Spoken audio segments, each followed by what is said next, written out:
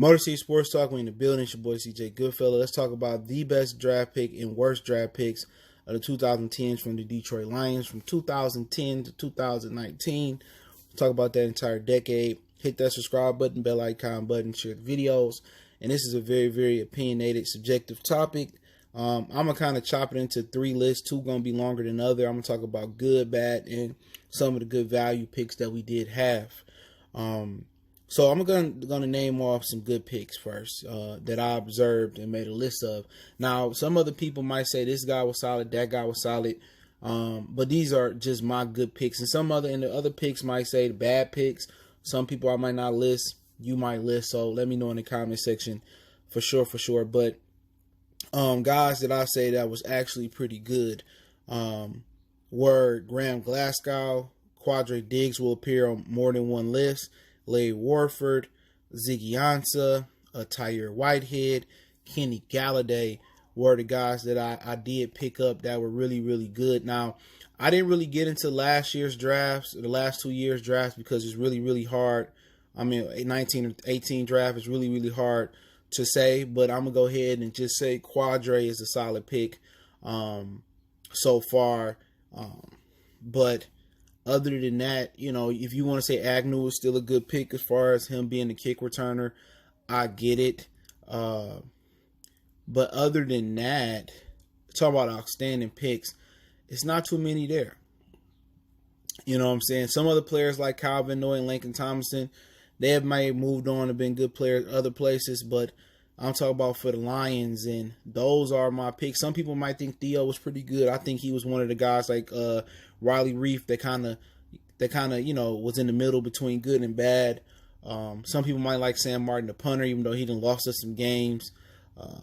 We can go on to talk about pretty much those are pretty much it. But let's kind of talk about some of the good ones, just some of the good picks overall first. And I really, really like what Kenny Galladay has done so far. He's going to be on multiple lists too. He's been probably one of the best middle round or late round picks we didn't had, in a very, very long time. I think he's going to be a superstar. And with Matthew Stafford last year, I think he would have been entrenched in the top 5, in my opinion, because I think he would end up with over 15 touchdowns last year. And, just his ability to, get his muscles and his strength and his fast twitch muscles up to par to what the NFL needed. That was his big problem to begin with. He came in as a rookie and made a lot of noise, but his body just couldn't physically held up, and he's been working hard, and he's been staying clean off the field. Graham Glasgow, I like what he did. He was solid at center, really good at guard. I hated to see him go.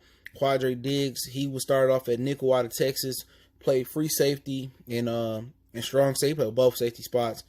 And, he was a pleasant surprise, He developed a little bit later, but that was pretty much because he was more fitted to play safety than nickel. Larry Warford, he played well. He wasn't as injury prone as people may remember. I think every season he played with the Lions, he played in double digit games, but in New Orleans, he's been a casualty. They drafted 2 younger offensive linemen and they moved on from him. He's still a free agent. I would like to see the Lions bring him back. Ziggy Ansah, I think his shining moment was when Ndamukong Suh left and everybody else left. Cliff Averill, obviously, Kyle Van Bosch moved on. He was older and he retired, and he had like 13 or 14 sacks in the season, whatever it was. He was my third pick, all right, to be the best draft pick of this decade. But Tyre Whitehead, he played really, really well for the Lions as well too. He was one of the best value picks out there as well. We got him in like the 5th round, in 2012. So he's gonna be on multiple lists. But to tell you who was my best draft pick, it was really, really tough. All right, this was a really, really tough thing to do. But it was. I wanted to say it was a tie, but I know a lot of people don't like draws or play in the middle. But I'm gonna say second was Darius Slay. It was hard for me to do. Darius Slay is one of my favorite Detroit Lions of this time. I believe he delivered every time. He held his end of the bargain. He was all pro. He was a Pro Bowler year in and year out. I feel that playing in Detroit really hurt his reputation in the league of being a really good player. And I just think it's hurt a lot of different players throughout the years. I feel that Stafford in another organization, that would have been, he would have definitely had pageantry and probably be on his way to a Hall of Fame, and he probably would have playoff wins, if not a Super Bowl win. But Darius Slay, I feel the same way. He just got edged out by one player that was drafted just inside, this decade. You know what I'm saying? I know most people already know where I'm gonna go with this at, if you do remember. But Darius Slay was drafted second round, 2013, pick 36, in the second round by Martin Mayhew and Tom Lewan, and that was the highest that we had took a corner since Terry Fear. Now that's been eclipsed by Jeff Okudah. All right, but Darius Slay is my second best draft pick of this decade, and this can definitely change because, and I'm gonna explain why I can't change before I get into my number one draft pick of the decade. Because what if Hawkinson or Tavai or Harris or Austin Bryant, Amani Walker, Travis Fulgham, Todd Johnson, Isaac Nuatai, P.J. Johnson, Ragnow, Kerryon Johnson, Tracy Walker, Deshaun Hen, Terrell Crosby. What if some of these people we pick, Nick Baldwin, I don't think he's still on the team. What if some of these players, really develop into something special? Then it's a different conversation. But my number one player is going to be Ndamukong Suh. He was drafted in 2010 with the second pick out of Nebraska. We remember he had that monster game. Was it versus Oklahoma or Texas? I forget who it was. And he just dominated, and we took him over Gerald McCoy, I believe.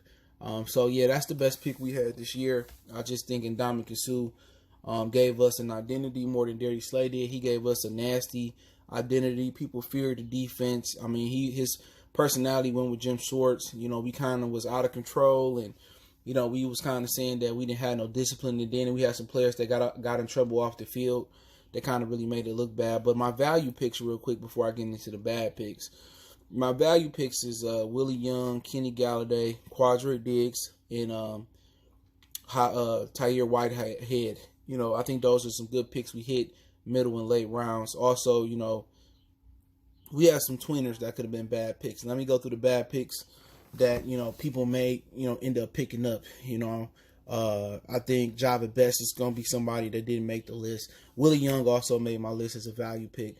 Java Best, Amari Spivey, he flopped out of Iowa. And these are just my honorable mentions that didn't make it. Mikael LaShore is on the list, excuse me. Titus Young, I got him on the list, but just naming some dudes.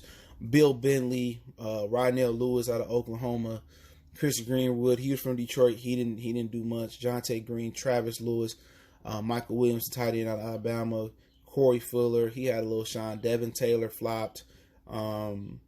Larry Webster, Nevin Lawson, I never really liked him. Travis Swanson, Kyle Van Noy, even though he popped somewhere else. Karan Reed, T.J. Jones, never really got it right. Alex Carter, Amir Abdullah, he's probably going to make the list. Gabriel Wright, Michael Burton, Miles Killebrew, Joe Dow, Anthony Zitto, he popped somewhere else. So, those pretty much some of the guys that, if I didn't name them on this list, is, that might get some flack back. But my list goes is taken. It's going to be Titus Young. We know the mental problems that he had. Ryan Bros, due to injury, he really didn't do much. The slot receiver out of Oklahoma. Mike Roberts, we took him over Kareem Hunt as a tight end and a few other players if you go back and look. Amir Abdullah, he just flopped all the way. But he ain't in my top three. Miles Killebrew, he's still on the team. He still can write a story as a linebacker, but he didn't do much as a safety. Jared Davis is also a dude that didn't do much. So those are my dudes so far. All right, those are my dudes. My top three is probably going to go. It's a tough one. I'm gonna go Mikael LaShore. Okay, it's my third. He ended up injuring his Achilles, I think, in the first training camp, and out of Illinois, he just didn't end up doing nothing. All right, Mikael LaShore ended up not giving us much, and I believe we took him in the second round in 2011. Okay, that was the year that we took probably gonna be my number one guy. We took him in the second round. He was one of 2 second-round picks. One guy that also made the bad list was Titus Young. And prayers out to him because he ain't doing too good right now, or he wasn't at one point doing crazy stuff in Cali. But Mikhail LaShore, he just did never regain any type of traction that we picked him coming out of Illinois. I believe that it was Achilles injury. He just never was the same. He ended up with 217 attempts, 807 yards, 9 touchdowns, 34 receptions, and 214 yards in the receiving. He's just in a long list of running backs that just failed to live up to expectations. Him, Best, Amir Abdullah, you can just keep going on and carry on. Look like he going right down that lane. So he gonna be my third, and I'm gonna have a guy tied for third. My guy that's gonna be tied for third is gonna be Eric Ebron. He was just like people just didn't never like Ebron. All right, never did.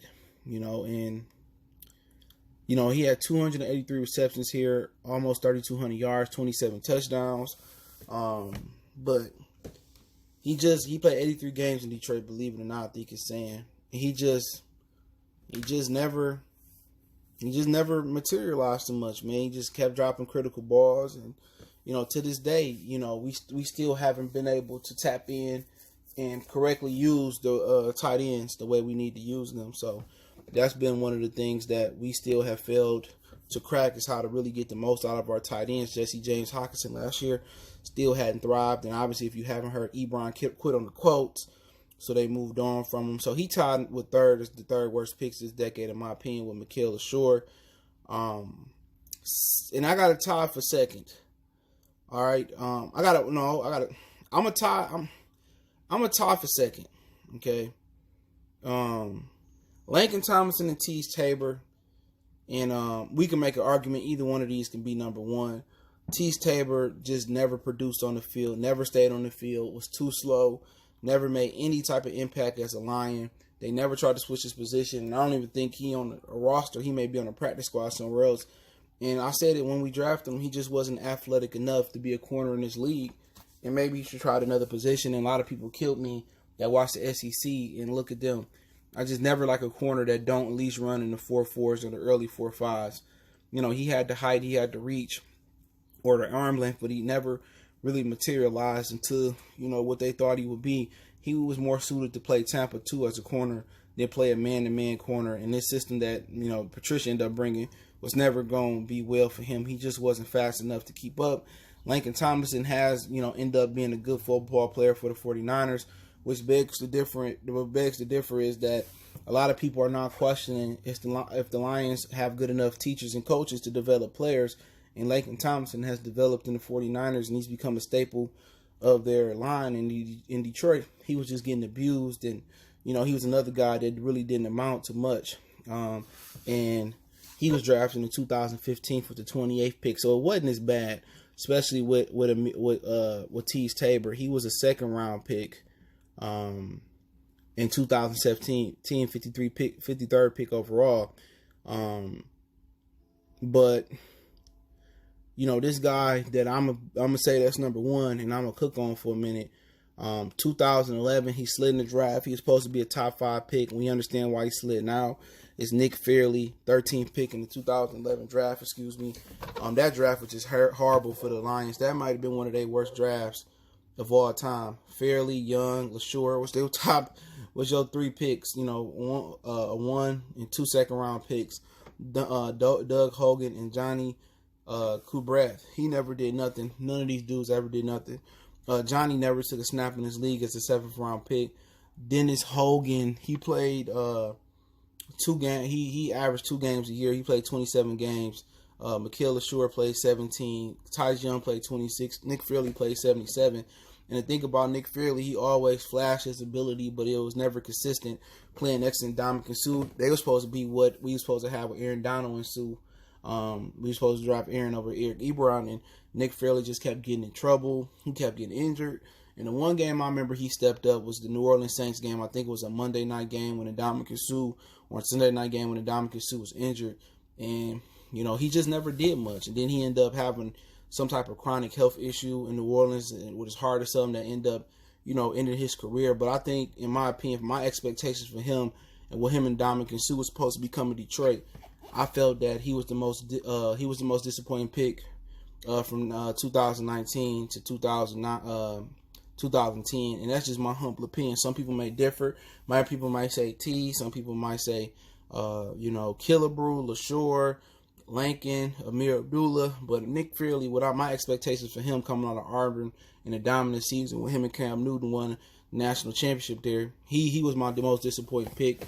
And I remember we thought he was going to be. So let me know what you guys think. What's your good picks? What's your bad picks? Or your worst pick? Or your best pick of the last decade? And who your value picks as well you think I missed? Don't forget, we on Facebook, Instagram, Twitter. All the links in the description. Want to make a donation? Cash App, PayPal in the description. Twitter is the fastest way to reach out to me. One time for the one time.